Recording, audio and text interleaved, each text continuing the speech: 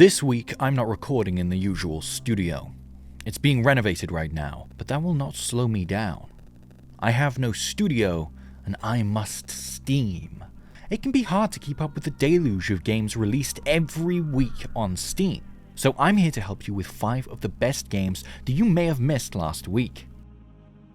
This week, there's a lot of games about death, or maybe they're always about death. It's something we as a species have always had a fascination with, a morbid need to keep death close. We bundle it up and keep it in the corner of the room, just to be sure. Is it because we just can't understand it?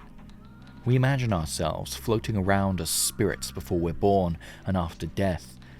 Or do we fear it and need to keep it close so it can't sneak up on us, so that one day we can destroy it once we learn all its secrets? Let's see what deaths we can fantasize about this week. Sock Pop Collective's latest Missive is a action RPG set on a fantasy island filled with funny characters.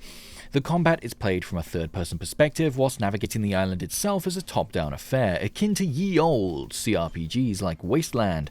There's loot, special gear, and a range of over 200 enemies, and plenty of distinct biomes to explore. There are also bees. Unlike a lot of Sock Pop's bite-sized gems, Spring Blades has an advertised 7 to 9 hours of playtime, and lots of potential for mixing and matching items and gear. Opaloid Kingdom is an old-school dungeon crawler with an art style that will appeal to anyone who actually lived through the 1980s, which I will neither confirm nor deny that I have. This dungeon crawler is all about fast action and honed reflexes, but it's not all hacking, slashing and shooting though, because you will also visit towns and converse with weird wizards. This is an early access affair. Developer John Peppermint intends to add new story chapters, areas, baddies and more during its 6-month EA stint. This game shows us how death might not be the end. This classic style of game, resurrected, is a heartwarming story, though often necromancy ends up being a cautionary tale. Gungrave Gore, or g.o.r.e, is a third-person action game, a character action game, some would call it. One of those phrases we all use despite it not having a clear or agreed upon definition. It stars Grave, a hectic, buff guy with some impressively oversized weaponry. Given the prominence of guns, you might take this to be a shooter, and whilst it definitely has shooting, it steers closer to Bayonetta than it does Gears of War. Cover ain't an option here, as the focus is on balletic, reflex-oriented movement rather than long-range skull-popping.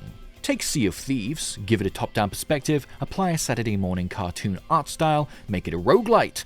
Then you have yourself Ship of Fools, with support for up to 4 cooperative players, both online and locally. You'll take command of the Storm Strider. As well as maintaining the upkeep of this vessel, your team will also need to fend off sea monsters, who have appeared by dint of there being a looming aquapocalypse. There's an everlasting storm that you'll need to obviously avoid. Along the way, you'll find treasures, including more than 100 trinkets and artifacts, and there are vendors dotted all around the lonely sea.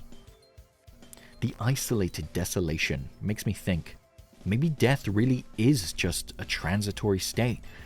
Are we not just atomic shrapnel flung out by the Big Bang, colliding and making new shapes and flames as we move ever outward?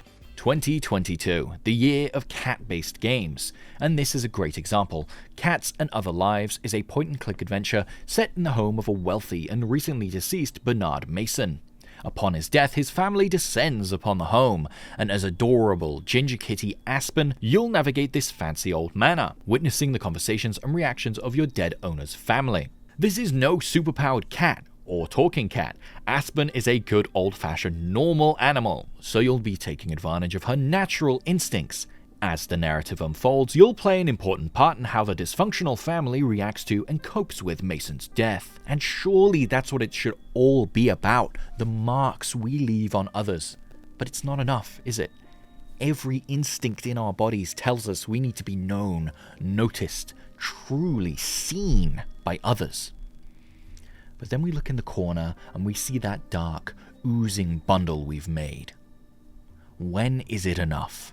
When do we know we've seen enough to truly beat death? Perhaps it's best not to think on it. And to suck it up. Enjoy your lot. And know that no matter who you are, no matter where and when you are, there's always someone you've left a mark on. And death is not the end. Jingle those bells and deck the halls, and a frosty Rudolph and Santa's sleigh, and a mistletoe and a dreidel too.